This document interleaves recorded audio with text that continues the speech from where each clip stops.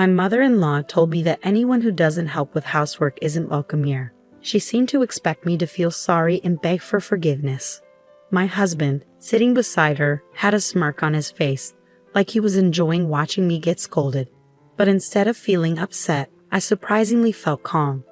"I'll leave then," I said firmly, without any doubt. "I won't worry about what happens to them anymore." In that moment, I realized they should regret their own behavior. I'm Susan, 42 years old. I work full-time and take care of our home. My husband John and I have 2 grown-up kids who have moved out and are living their own lives. John and I were supposed to be enjoying our time together, but now we're living with my mother-in-law. After our kids moved out, my mother-in-law, who lost her husband, came to live with us. Our peaceful life with my husband changed a lot because of her presence. My job keeps me busy and I often work late, sometimes not getting home until after 8 p.m. Lately, when I come back, I'm frustrated by what I see. The living room is a mess, with snacks and clothes scattered around, and my husband is lounging on the sofa, watching TV and drinking beer without caring about the mess. He doesn't even acknowledge me when I arrive. Dinner isn't prepared, and I can't help but feel disappointed. Ignoring the mess, I go straight to the kitchen to start making dinner as usual. Then my mother-in-law pops her head out of her room and starts lecturing me, as if I'm the one to blame for everything. "You're back so late again. I'm starving. You're always talking about overtime and business trips, but you never take care of the house. You're not a good homemaker." My mother-in-law accuses me, using my late returns as an excuse to criticize my housework. She nitpicks at everything that bothers her and blames me for it all. In these situations, I've learned it's best to just leave her alone until she calms down. Arguing or defending myself only makes things worse. So I pretend to reflect on her words and focus on cooking. Her words hurt, but I endure it because I know she'll eventually quiet down. What's even harder to bear is how my husband seems to enjoy seeing me scolded by my mother-in-law. Women should appreciate their husbands. "You lack charm," my mother-in-law repeats her usual phrases. "That's right, isn't it?" My husband chimes in, mocking the situation. As I serve dinner, I feel anger bubbling up towards my mother-in-law. But it's my husband's behavior that annoys me the most. Despite my repeated requests for them to finish dinner on their own when I'm late, they never listen. Even when I start cooking, they just sit and wait for me to serve the food, as if I'm their personal maid. Our situation has deteriorated since my mother-in-law moved in with us. Before that, my husband used to help with the housework. We managed to raise our kids while both of us worked because of his help. When I was late, he'd make dinner, feed the kids, and take care of things.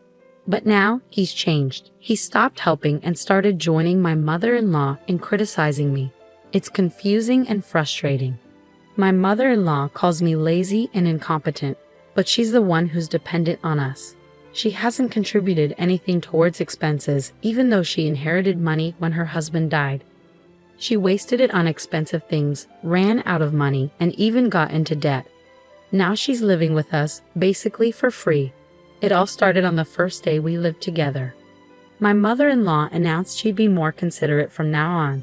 She bowed deeply, showing humility, but just 3 days later, she started criticizing me again for neglecting housework. At first, her sudden change amused me, but it quickly became serious. She implied I wasn't a good wife because I focused on my job too much. She didn't just complain about housework, she also criticized my job. I explained that I had to work late sometimes, but she didn't listen.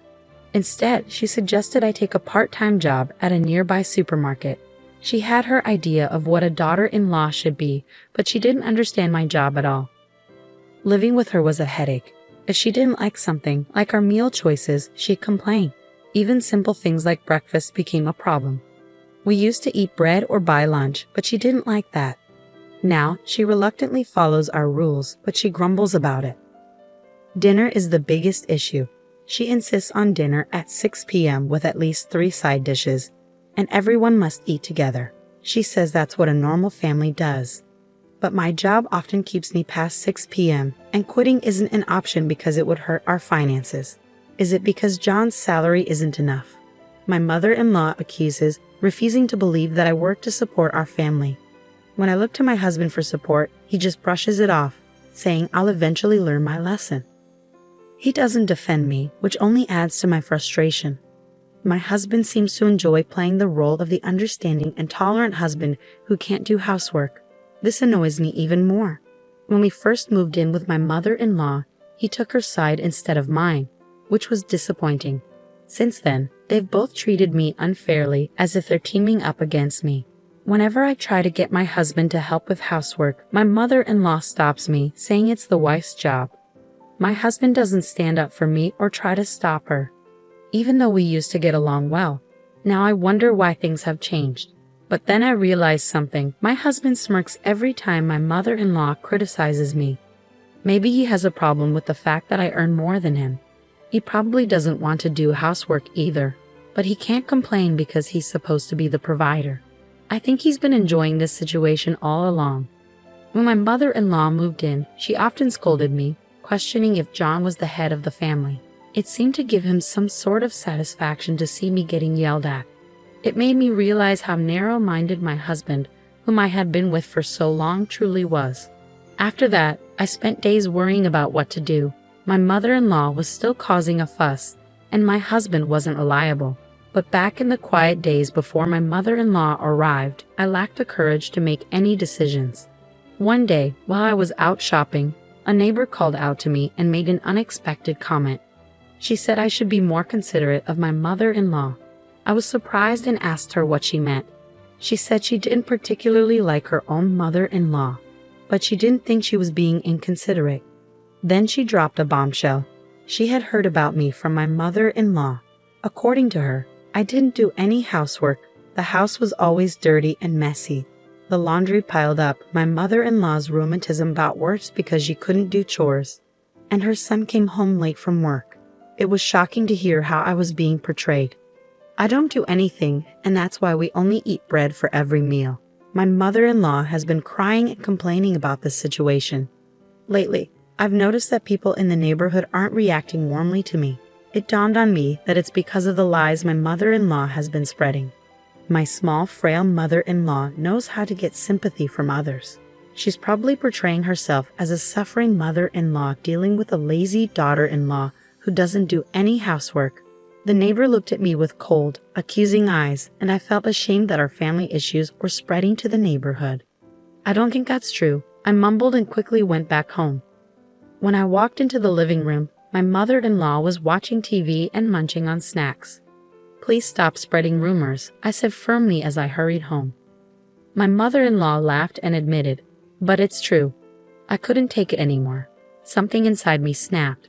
If she wanted to believe her lies, then fine. From that moment on, I stopped doing any household chores. The next day, when I got home from work, my mother-in-law was yelling as usual, demanding dinner. Ignoring my husband and mother-in-law's remarks, I grabbed a cup of instant ramen noodles from my stash and only made enough for myself. My mother-in-law, seeing this, turned red and continued to yell, "So now you're proving you're the worst daughter-in-law who doesn't do any housework, huh? Fine, if that's how you want to be." As I calmly slurped my noodles, my mother-in-law couldn't come up with a response. She turned to my husband, crying for support. When he finally approached me, I explained what had happened. "Mom's been telling everyone I'm a terrible daughter-in-law who doesn't do any housework." When I asked her to stop, she insisted it was true, so I've decided to stop doing any chores. I'll do exactly what she's been telling everyone. I recounted yesterday's events to my husband. He tried to calm me down, looking troubled. "Mom probably exaggerated things. Don't be so stubborn." Even though my own mother-in-law was bad-mouthing me and it was her fault, my husband still took her side. I didn't even have the energy to argue. I threw the empty cup noodles away, ignored my husband, and went straight to the bathroom. I did my laundry and took a bath alone. As I soaked in the tub, I felt a sense of relief. I should have done this from the beginning. It didn't matter if I did housework or not. I was always labeled a bad wife anyway. From then on, I stopped doing anything. My mother-in-law complained about the lack of breakfast bread.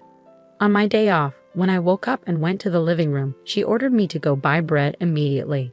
"Why don't you go buy it yourself? I'm a bad wife, so I'll only buy my own share. And from now on, either pay for your food or take care of it yourself," I told her, ignoring her. I made myself coffee and ate my own bread, quickly finishing my meal. Seeing my mother-in-law's reaction, I worried I might have been too harsh. But given everything I'd endured, it felt like the least I could do. Afterwards, I only tidied up my own space in the crowded living room and settled down to read a book. Suddenly, the doorbell rang. Looking at the monitor, I saw more than 5 elderly people, all familiar faces, looking clearly angry. Confused, I watched as my mother-in-law hurried to open the door. The elderly people lined up outside started coming in one by one. I was stunned when one of them suddenly yelled at me, "I hear you're the wicked woman who doesn't even prepare meals for her own mother-in-law." These elderly people were my mother-in-law's siblings and her spouses. She had told them a false story about how she was mistreated by me, her daughter-in-law. She claimed I didn't feed her properly or let her take a bath, and she asked for their help. My mother-in-law is the youngest of 5 siblings, with 4 older brothers and sisters. With their spouses included, there were 9 elderly people accusing me of being a demon wife who deserved punishment. Being criticized by so many people made me break out in cold sweat from fear. "This is a misunderstanding." I finally managed to argue back, my voice trembling. But then my mother-in-law's eldest brother raised his voice. "Stop making excuses," he shouted, banging the floor with his cane. The others joined in, demanding I apologize and reflect on my actions. My husband arrived after hearing the commotion. My mother-in-law's brother turned to him and criticized my upbringing. My husband didn't defend me. Instead, he criticized me too. He only cared about himself, not me. Any affection I had for him disappeared at that moment. I used to think my husband was kind until we started living with my mother-in-law. But he's not kind, he's just weak, unable to stand up to pressure. He's easily swayed by the opinions of others. One of my mother-in-law's brothers took my husband's words seriously and suggested we divorce. Everyone agreed. My mother-in-law said they might give me another chance if I promised to change and serve her and my husband better in the future.